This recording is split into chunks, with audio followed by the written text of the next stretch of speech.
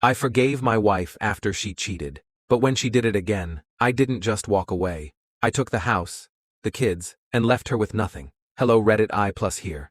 My name is Ethan Cole and I'm 45 years old. I was married for 17 years to Vanessa, a woman I once believed would grow old with me. She's 43 now, and for most of our marriage, we raised two incredible kids, a bright, witty 14-year-old daughter, and a shy, kind-hearted 10-year-old son. If nothing else, we were good parents. But good parenting doesn't equal a good marriage. And now, looking back, I realize I spent years trying to patch a sinking ship just because I didn't want my children to grow up in a broken home. Let me take you back to when everything first cracked. After the birth of our son, Vanessa began struggling emotionally. Her doctor mentioned postpartum depression, and I did what any loving husband would do. I stepped up. Diapers, midnight feedings, cooking, cleaning.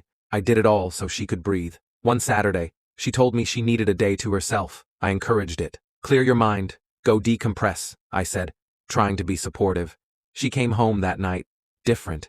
She barely looked at me. We put the kids to bed, and then she sat me down in the living room, and I'll never forget her words. Through tears and trembling lips, she said, I slept with someone. Just like that. No build-up, no explanation. It hit me like a freight train. I didn't scream. I didn't throw anything. I just sat there, stunned. She claimed it was some random guy from a bar, said she got carried away. Her postpartum depression, she added, was clouding her mind. And me? I made the worst decision of my life. I forgave her. I told myself it was a mistake, a moment of weakness. I believed the remorse in her eyes. We never talked about it again.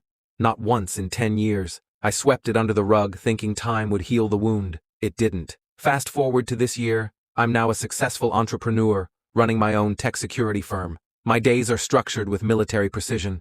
My calendar is sacred. I'm up at 6 a.m., at the office by 10, and at the gym by 6 p.m. My routine is so predictable, my team jokes I could be tracked by satellite. One Tuesday, at around 2:30 p.m., I got a call from my neighbor, Mark. He's a straight shooter, not one for gossip. Ethan, I don't want to start anything, but I've seen a black Tacoma parked in your driveway a few times, always when you're supposed to be out. Today I saw the guy. Something felt off, man. My blood turned cold. The moment he said it, my mind flashed back to the night Vanessa confessed. I tried to brush it off. Maybe it was a friend, a plumber, a delivery guy, but my gut knew better. I told my staff I had to step out and drove home, parked 3 houses down, walked the rest of the way like a ghost, trying not to breathe. I unlocked the door quietly. First thing I noticed, a strong, musky cologne that didn't belong to me. Then I saw a man's tie hanging from the stairs. 2 unfamiliar shoes outside our bedroom door. And then, I heard it. Them, our bed creaking, her soft moans echoing down the hallway. The door was open. She didn't even care to close it. I saw her, naked, tangled with some guy who looked younger than both of us. She gasped when she saw me in the doorway. He scrambled. I stood there, heart dead, eyes burning. He tried to walk past me. I knocked him flat with one punch. He crashed back onto the bed. She screamed. I stood over them both, cold and calm. This is over, I said to her. We're done. I want a divorce.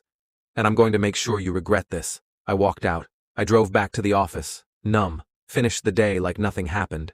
That night, I booked a hotel and drank until my memory started blurring. But I didn't let myself wallow. The next day, I contacted my lawyer and filed for divorce. I was done playing the fool.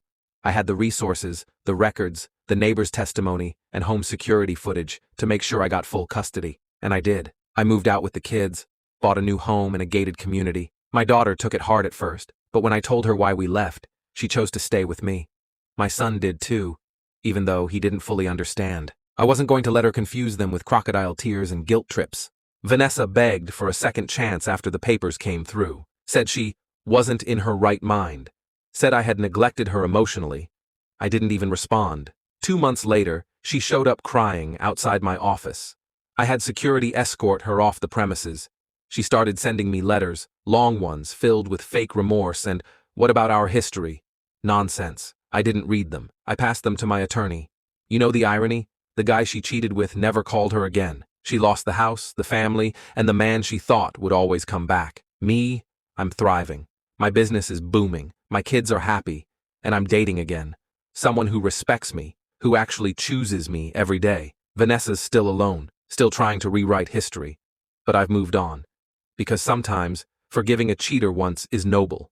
Forgiving them twice is just stupidity, and I won't be stupid anymore. It's been over a year since the divorce. I now wake up every morning in a peaceful, sunlit home with my kids under the same roof. The laughter of my son echoing down the hallway, the music my daughter blasts when she's getting ready for school. It's not perfect, but it's ours. Real. Unbroken. We settled into our new life quickly. I enrolled them in a private school closer to our neighborhood. My daughter's confidence came roaring back once she wasn't living in the middle of emotional chaos. My son started smiling more, drawing again, even calling the new house home within weeks. As for Vanessa, she lost everything in the divorce. The house, mine, the kids, full custody to me. The car, she had to sell it for rent. Her so-called boyfriend ghosted her before the ink on the divorce papers dried. I didn't take joy in her misery, but I didn't feel bad either. This was the bed she made. I just refused to lie in it anymore. About 6 months after the split, I met Lauren, a marketing consultant who was working on a campaign for one of my company's partners. She was sharp, funny, self-aware, and nothing like Vanessa. The first time we grabbed dinner, we ended up talking for 4 hours straight. No games, no manipulation, just connection. And for the first time in years, I felt seen. Not used, not taken for granted, just seen. I didn't tell Vanessa I was dating, didn't owe her that. But somehow she found out. One night, she called me sobbing, said she missed the kids, missed me, claimed she was finally ready to fix what we broke, told me she'd been going to therapy, asked if we could meet just for coffee. I told her I was busy, and hung up. 2 days later, she showed up at my daughter's soccer game, alone, disheveled, like she hadn't slept. I saw her standing by the fence, looking in like an outsider. She waved at our daughter. My daughter gave a tight smile but didn't run over. She came to me instead. Do I have to talk to her? I knelt beside her and said, only when you want to, not because she wants to feel better about herself. Vanessa stood there, watching. She looked lost. After the game, she tried to approach us in the parking lot. Ethan, please. 5 minutes. I looked her in the eyes, calm, clear. Number you had 17 years, and you threw it away, twice. I don't hate you, Vanessa. I just don't care anymore. We're not in the same story now. I watched her face crumble as I walked away with our kids.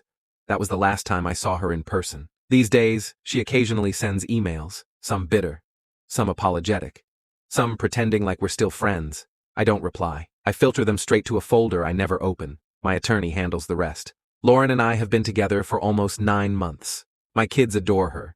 She's patient, loving, and treats them with the kind of steady affection they deserve. She doesn't try to replace their mother, she just shows up for them. Consistently. We spend weekends going on hikes, building Lego castles, and binging old 80s movies. My son's taken up coding. My daughter wants to start a podcast. The house is full of life again. As for me, I'm a better man than I was when I was married. Stronger, wiser, unapologetically focused on what matters. And if you asked me what I'd say to Vanessa now, nothing. I've already said everything I needed to say when I walked away. Moral of the story? Forgiveness is for the strong, but walking away, that's for the wise. And I've never been wiser than the day I chose peace over pain.